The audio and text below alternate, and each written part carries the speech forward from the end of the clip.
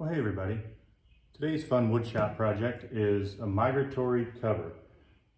Or if you're like me and you've been driving around all day thinking about building this thing, you've been calling it a migratory cover.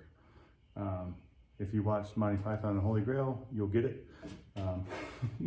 Is it a migratory cover or non-migratory? It's a migratory cover is what they call these, and it's a really simple project. 100% flat cuts, no miters, no dados, no rabbits, no nothing. You can put it together. If you just have a handheld circular saw, you can build one of these really easily. So pretty simple. You just want to be box width, which in my case is about 16 1/4. The width of the boards you'll need for the top are 20 inches, and then you'll need a couple pieces to build the cleats. So we'll take you through some things on how to build it, a few tips on grain orientation and things like that may or may not matter in the long run, but because I got a little bit of that OCD in a good way, I went ahead and did those things. So this cover is a little bit different than a telescoping cover. It just sits on there with gravity. Of course, I probably would put a stone on there just for me. I know a lot of the commercial folks don't do that, but they have a lot more hives to lose than I do. So really fun project. I hope you stay tuned and as we get going in building the migratory cover. So the first thing I did was I cut the pieces to length. This is a 1x8 and this is a 1x12. So this is just over 11 and this is should be 7.5, I think. 7 1/4. So we're wider than we need to be, which is okay. What I wanted to highlight on this part was the grain orientation. So I tried to draw it in my red pencil, but you see these are both flat sawn boards, which is fine for bee stuff. But if they warp, this one's gonna warp like this, and this one's gonna warp like this. But then if you look over here, this gets a little bit more quarter sawn, and that'll be a more stable piece. But what I want to do is I actually want to cut this one probably, well, I don't know, but I'll look at it and I'll cut it to make it more stable, and then I'll glue them back together.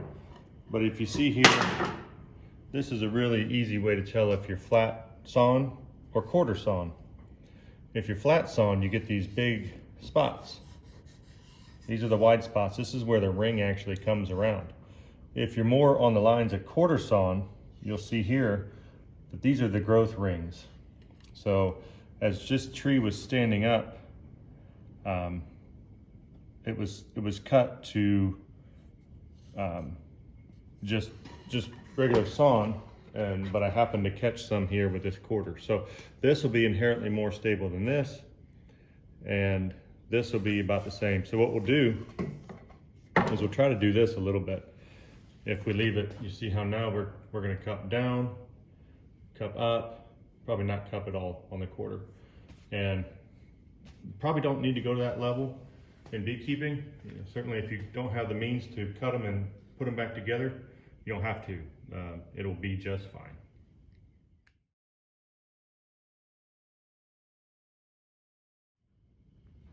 Just what you ended up with. These ones are going, flattens out a little bit over here. These are going up this way, up to the right.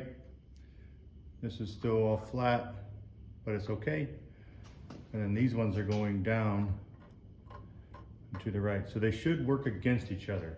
Now the other part of that on this migratory lid is you take a piece, this piece here spans the width of the lid, and it kind of serves as a cleat. It does a few things. First off, it will help discourage any of that cupping and warping.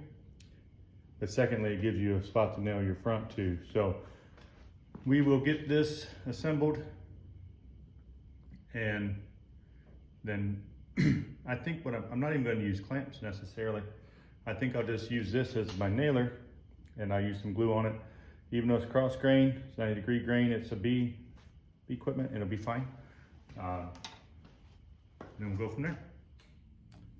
we have the width made and we have the cleats measured and cut. And so now what I am gonna put a little bit of glue, nothing special, just a super thin bead of this tight bond. And we're really not worried about it. So just a bead on each of the ends. So the two edges got a bead where they'll come on the middle. And then the outside got a bead where it's gonna go into the middle. And so now we'll kind of make sure that glue gets a good bond, as it's gonna get. And then we'll just use the edge of the table saw on my edge to flush it up. We'll use the fence to square it up. Put a little bit of glue across, a little bit of glue across. And then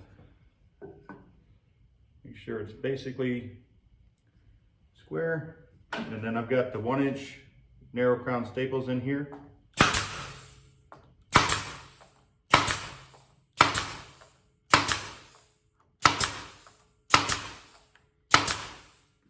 And that glue should be held by the cleat. So again here, just feel your fingertips, flush it up, make sure everything's pushed tight.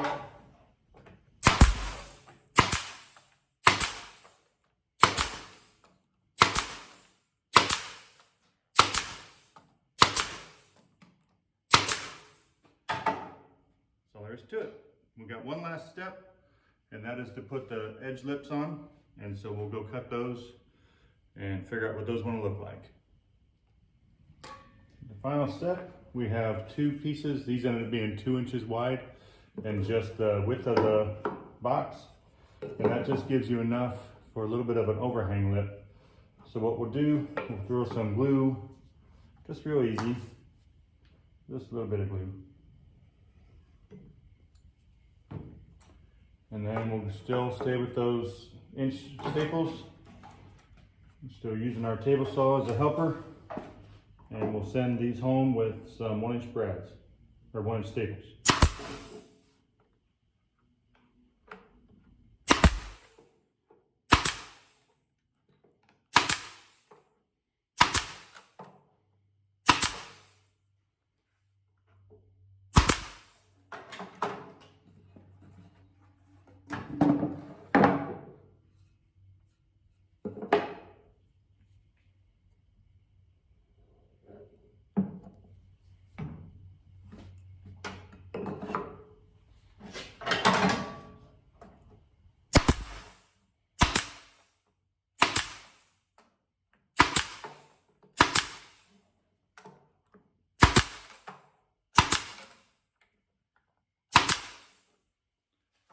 That's all there is to it.